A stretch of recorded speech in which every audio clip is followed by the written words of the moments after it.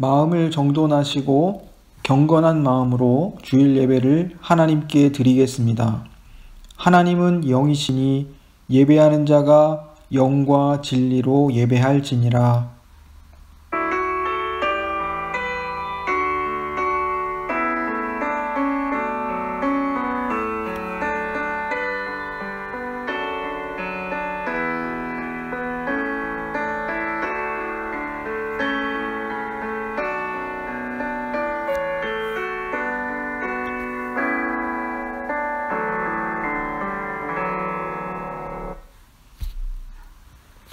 여호와께서 환난 날에 나를 그의 초막 속에 비밀히 지키시고 그의 장막 은밀한 곳에 나를 숨기시며 높은 바위 위에 두시리로다. 하늘과 땅과 만물의 창조주 되시고 모든 생명의 근원이 되시며 우리의 구원자가 되시는 삼위일체 하나님의 거룩한 이름을 찬양합니다. 재난의 상황 속에서도 각자의 자리에서 하나님을 예배할 수 있도록 하시니 감사드립니다. 하나님은 영이시니 예배하는 자가 영과 진리로 예배할지니라 하신 말씀을 따라 시간과 장소에 매이지 않고 하지만 성령의 교통하심 안에서 그리고 진리 안에서 예배 드리게 하십니다. 우리의 예배를 기뻐 받아 주옵소서. 허물의 사함을 얻고 그 죄의 가림을 받은 자는 복이 있습니다. 주님께 우리의 죄를 아뢰고 우리의 죄악을 숨기지 아니하면 주께서 우리의 죄의 악을 사하여 주십니다. 사죄의 은총을 더하여 주옵소서. 예수님의 이름으로 기도드립니다. 아멘.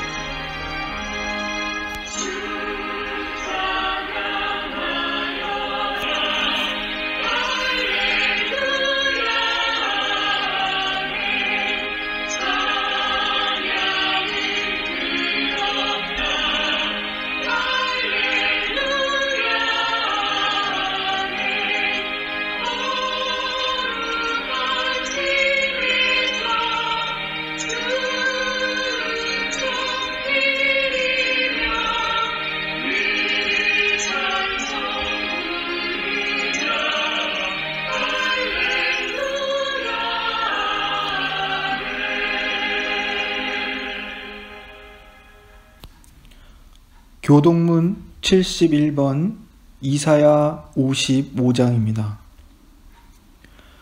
오호라 너의 모든 목마른 자들아 물로 나아오라. 돈 없는 자도 오라. 너희는 와서 사목되 돈 없이 값 없이 와서 포도주와 젖을 사라. 너희가 어찌하여 양식이 아닌 것을 위하여 은을 달아주며 배부르게 하지 못할 것을 위하여 수고하느냐? 내게 듣고 들을지어다. 그리하면 너희가 좋은 것을 먹을 것이며 너희 자신들이 기름진 것으로 즐거움을 얻으리라. 너희는 귀를 기울이고 내게로 나와 들으라. 그리하면 너희의 영혼이 살리라.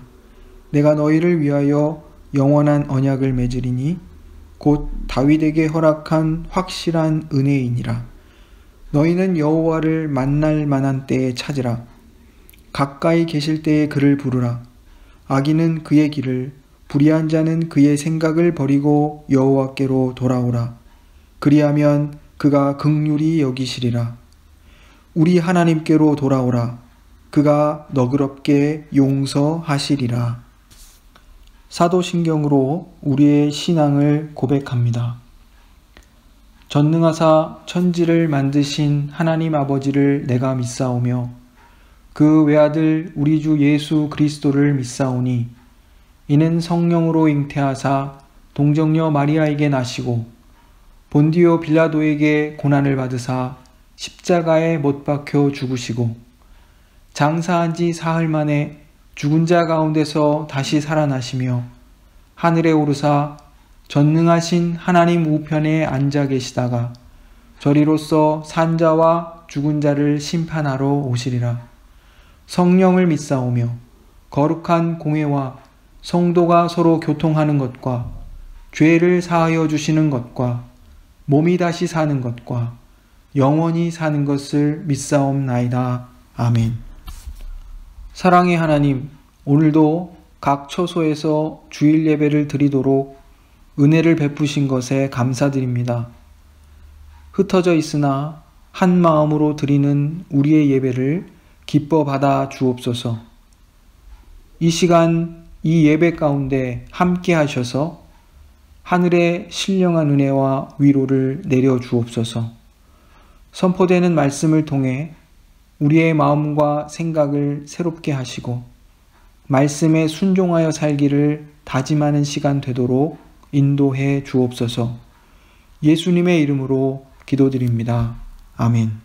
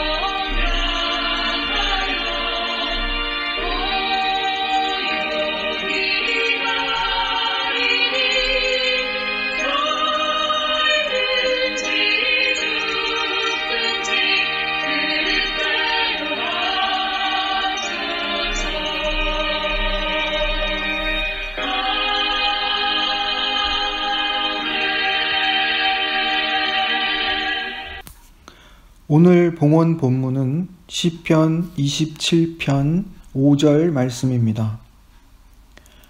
여호와께서 환난 날에 나를 그의 초막 속에 비밀히 지키시고 그의 장막 은밀한 곳에 나를 숨기시며 높은 바위 위에 두시리로다.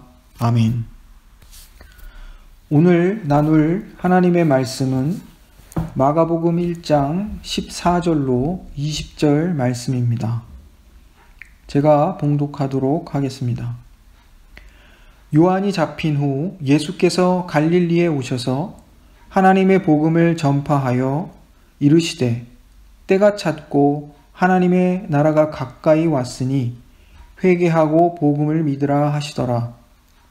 갈릴리 해변으로 지나가시다가 시몬과 그 형제 안드레가 바다에 금을 던지는 것을 보시니 그들은 어부라. 예수께서 이르시되 나를 따라오라. 내가 너희로 사람을 낚는 어부가 되게 하리라 하시니 곧 그물을 버려두고 따르니라. 조금 더 가시다가 세베대의 아들 야고보와 그 형제 요한을 보시니 그들도 배에 있어 그물을 깁는데 곧 부르시니 그 아버지 세베대를 품꾼들과 함께 배에 버려두고 예수를 따라가니라. 오늘 함께 나눌 말씀은 예수님께서 갈릴리에서 본격적으로 하나님의 복음을 선포하기 시작하신 그 사실과 4명의 제자들 시몬과 안드레와 야고보와 요한을 부르신 사건에 관한 것입니다. 마가복음은 예수님을 하나님의 아들 메시아, 곧 구원자 그리스도로서 소개합니다. 메시아는 구원자라는 뜻이고 그리스도는 기름 부음을 받은 자라는 뜻으로 하나님께 특별한 사명을 받은 자를 가리킵니다.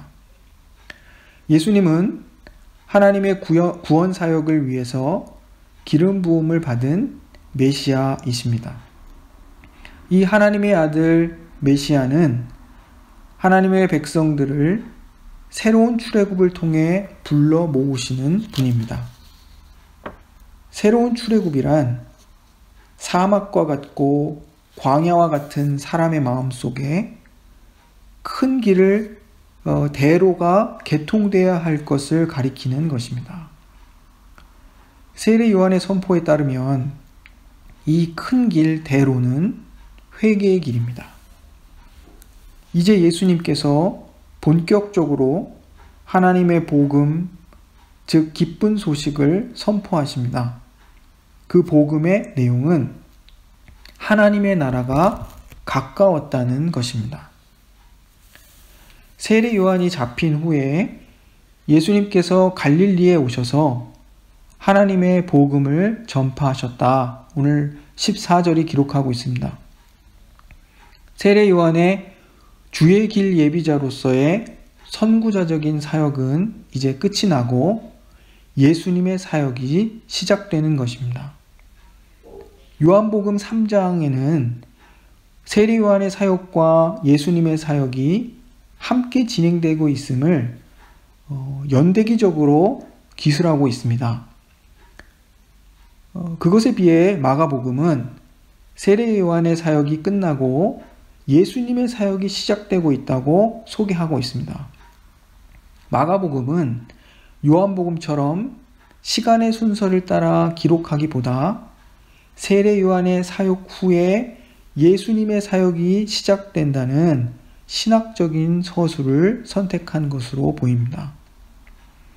세례 요한이 선포한 것은 회개의 세례와 자신보다 더 능력 많으신 자에 관한 것이었습니다. 세례 요한은 길 예비자입니다. 주님이 오시는 길을 준비하며 이스라엘 백성들을 향해 회개를 촉구했습니다. 또한 자기 뒤에 오실 자기보다 더 능력 많은 분, 성령으로 세례를 베푸실 예수님을 전파했습니다. 이제 예수님께서는 하나님의 복음을 전파하심으로써 세례 요한이 전파하던 더 능력 많으신 자임을 스스로 증명하고 계십니다. 그렇다면 예수님이 전하신 하나님의 복음이란 무엇일까요? 예수님이 전하신 복음의 내용은 때가 찼고 하나님의 나라가 가까이 왔다는 것입니다. 그리고 회개하고 이 복음을 믿으라, 이렇게 15절에 말씀하십니다. 때가 찼다는 말은 구약 성경의 예언이 성취되고 실현된다는 그런 의미입니다. 즉 하나님의 나라가 도래할 것이라는 구약 성경의 예언이 이제 실현되고 있다는 말입니다. 하나님의 나라가 그동안 없다가 이제 세워질 것이라는 그런 의미가 아니라, 구약의 이사야서의 예언에 따르면 하나님이 기름 부으신 자 곧 그리스도 주의 종이 오셔서 애굽의 압제에서 이스라엘 백성들을 구원하셨던 것처럼 아수르의 포로로 잡혀가 압제당하는 이스라엘을 구원하고 해방해서 하나님의 통치가 없는 것처럼 여겨졌던 상태에서 다시금 하나님이 통치하시는 상태로 회복하시겠다는 그러한 내용입니다. 그리고 이것은 수동 형태의 문장으로 사용되었는데, 이것이 보여주는 것은 이 사건이 하나님에 의해 실현되고 있다는 것을 보여줍니다. 성경에는 종종 행위자가 생략되어 있는 수동형의 문장들이 많이 사용되는데, 그것은 하나님에 의해 이루어진다는 것을 나타낼 때 그렇습니다. 그러므로 예수님께서 선포하신 하나님의 복음과 하나님의 나라를 이해하기 위해서는 이처럼 구약 성경의 말씀을 살펴보아야 됩니다.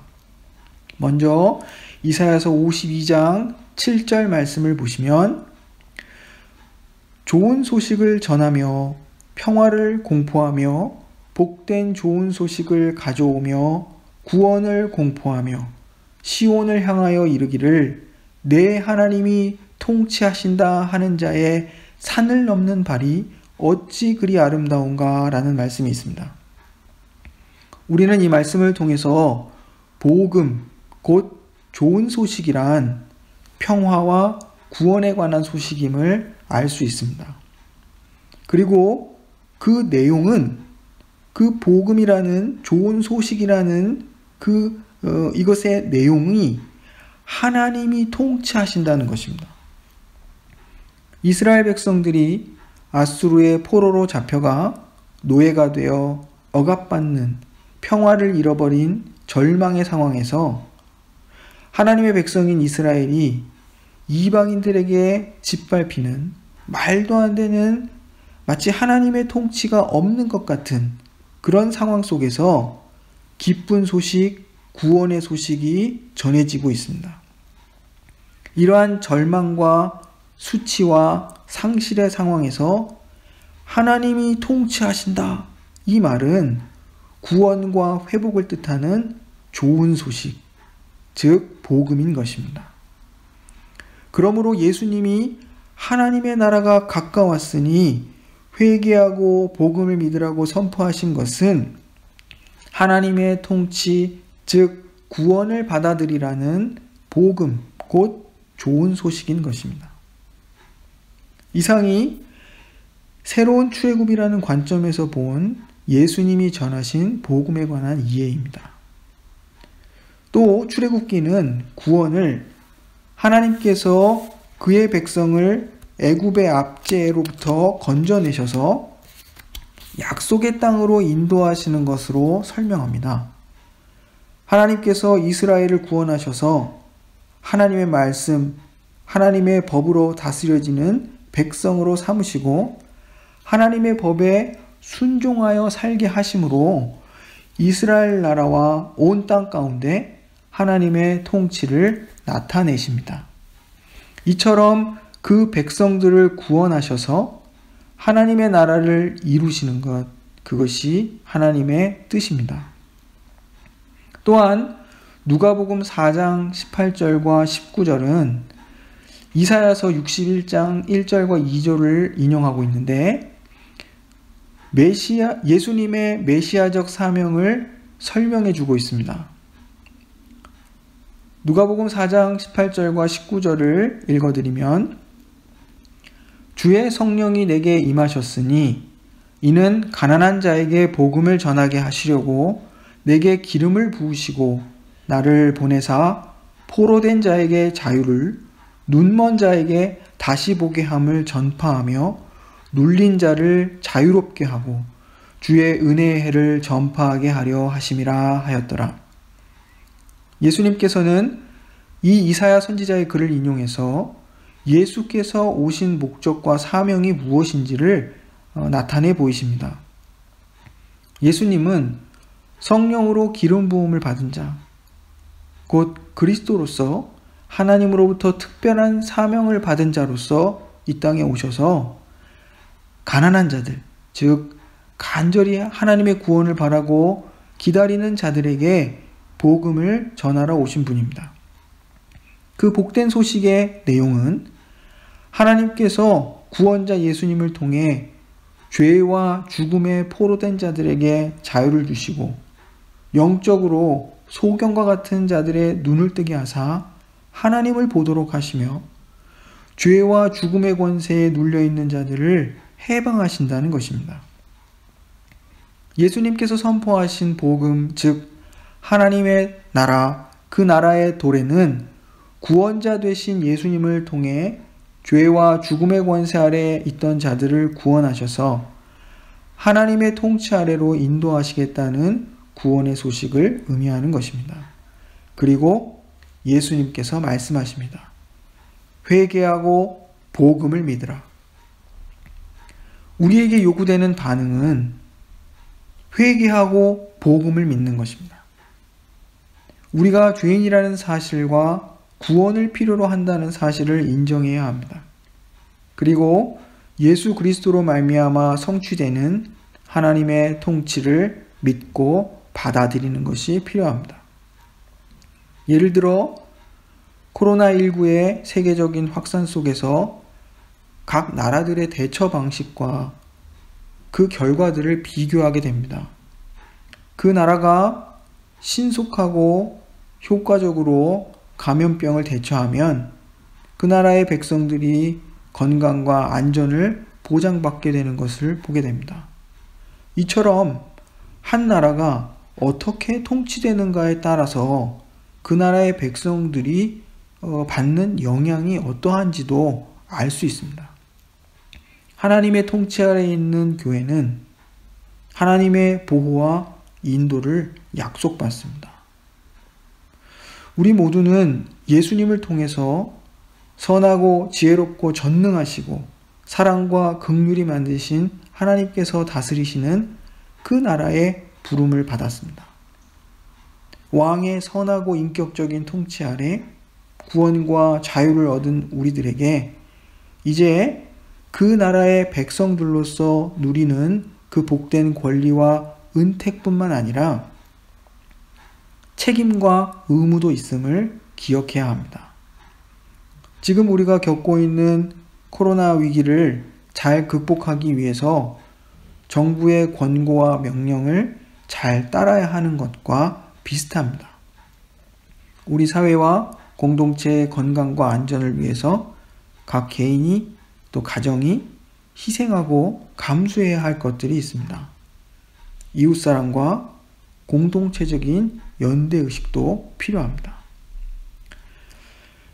예수님께서 때가 찼고 하나님의 나라가 가까웠으니 라고 선포하시고 그 다음은 제자들을 부르십니다. 먼저 갈릴리 해변을 지나가시다가 바다에 그물을 던지고 있던 시몬과 안드레를 부르셨습니다.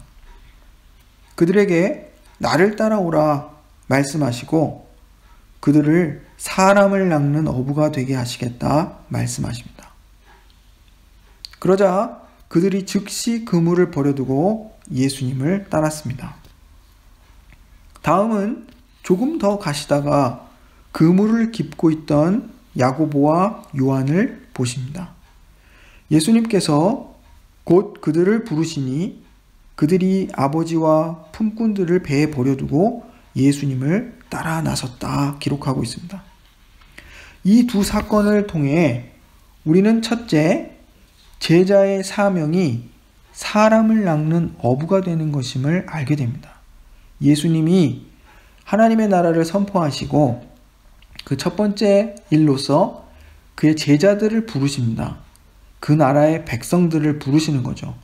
나라에는 주권과 영토와 그 백성들이 있어야 하는데 하나님의 나라는 주권과 영토가 있습니다. 이런 물리적인 영토는 아니지만 이것은 하나로 보아서 하나님이 통치하시는 그 통치의 영역, 이것을 가리킵니다. 그리고 그 백성을 부르시는 것이 필요합니다. 첫 번째, 사명자들로 제자들을 부르셔서 그들에게 주시는 사명이 사람을 낚는 어부가 되는 것이라 이렇게 말씀하시는 겁니다. 그리고 두 번째 알 수 있는 사실은 제자로 부름받은 자에게는 모든 것을 버리고 주님을 따라 나서는 즉각적인 순종이 요구된다는 사실을 알게 됩니다. 먼저 사람을 낚는 어부란 예레미야 16장 16절 그리고 그 전후 문맥을 통해서 그 의미를 유추할 수 있습니다. 예레미야 16장 16절 말씀을 보시면 내가 많은 어부를 보내서 이 백성을 고기 잡듯 잡아내겠다. 나 주의 말이다.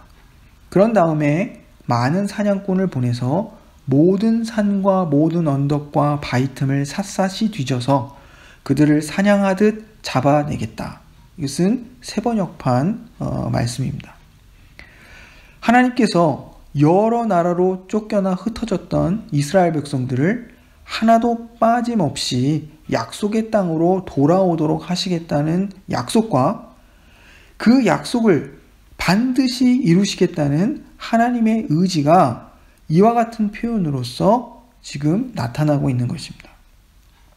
그러므로 예레미야서의 문맥에서 사람들을 낚는 어부는 이스라엘 백성들을 구원하는 사역자들입니다.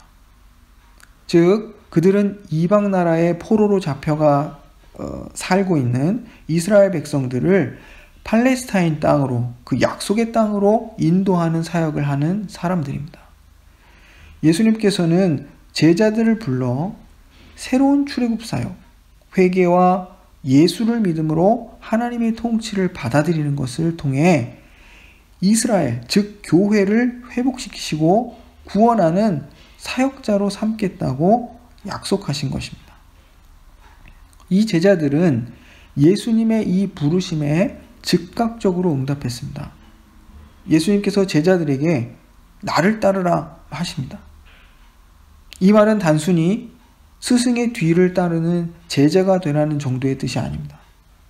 사람을 낚는 어부가 되도록 하시려고 제자들을 부르신 목적에 맞게 세상을 향해 회개를 촉구하고 복음을 믿으라고 외치도록 부름받았다는 뜻입니다. 이것이 교회의 사명입니다. 지금 제자들의 수준은 그저 예수님의 뒤를 따라가는, 쫓아가는 수준입니다.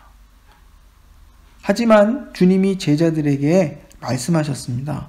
마가복음 8장 34절의 말씀에 누구든지 나를 따라오려거든 자기를 부인하고 자기 십자가를 지고 나를 따를 것이니라. 이것이 주님께서 제자들에게 말씀하신 제자의 길입니다. 우리는 예수님의 제자들로서 그분의 인격을 담고 사명을 이어가는 참 제자들이 되어야 되겠습니다. 자기의 주장을 내려놓고 각자에게 맡겨진 십자가, 즉 하나님의 나라를 위한 사명과 본분을 지고 기꺼이 예수님을 따라야 하겠습니다. 우리의 이 사명과 본분을 감당하는 과정에서 우리 자신과 우리의 소유를 의지하지 않고 주님을 따라야 합니다.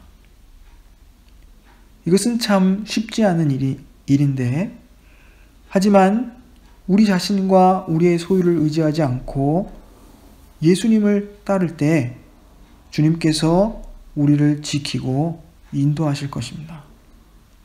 오늘 함께 읽었던 봉헌 본문 시편 27편 5편에 보시면 5절에 보시면 여호와께서 환난 날에 나를 그의 초막 속에 비밀히 지키시고 그의 장막 은밀한 곳에 나를 숨기시며 높은 바위 위에 두시리로다 말씀하십니다. 우리가 하나님의 백성으로서 또 그리스도의 교회로서 예수님의 인격을 나타내고 또 우리 각자에게 맡겨진 십자가를 지고 주님을 따르려 할 때에 하나님께서 그 과정에 겪는 그 모든 어려움과 힘듦을 그대로 내어버려 두시지 아니하시고 우리를 그의 초막에 비밀히 지키시고 그의 장막에 은밀히 숨기시며 우리를 높은 바위 위에 두실 것을 약속하시는 말씀입니다. 현재 우리의 상황이 우리를 두렵게 하고 움츠리게 만드는 상황일지라도 예수님의 제자답게 또 교회답게 우리의 일상 속에서 하나님의 나라를 드러내며 그분의 통치를 나타낼 수 있기를 소원합니다. 하나님의 영원한 통치를 믿는 자들답게 우리의 일상을 살아낼 수 있기를 기도합니다. 우리의 이러한 삶의 자태가 우리의 이웃들에게 하나님의 통치를 경험하게 하도록 할 것을 믿습니다.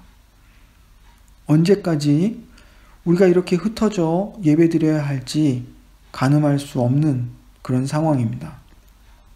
하지만 하나님께서 이러한 상황을 통해 교훈하시는 것이 있는 줄 믿습니다.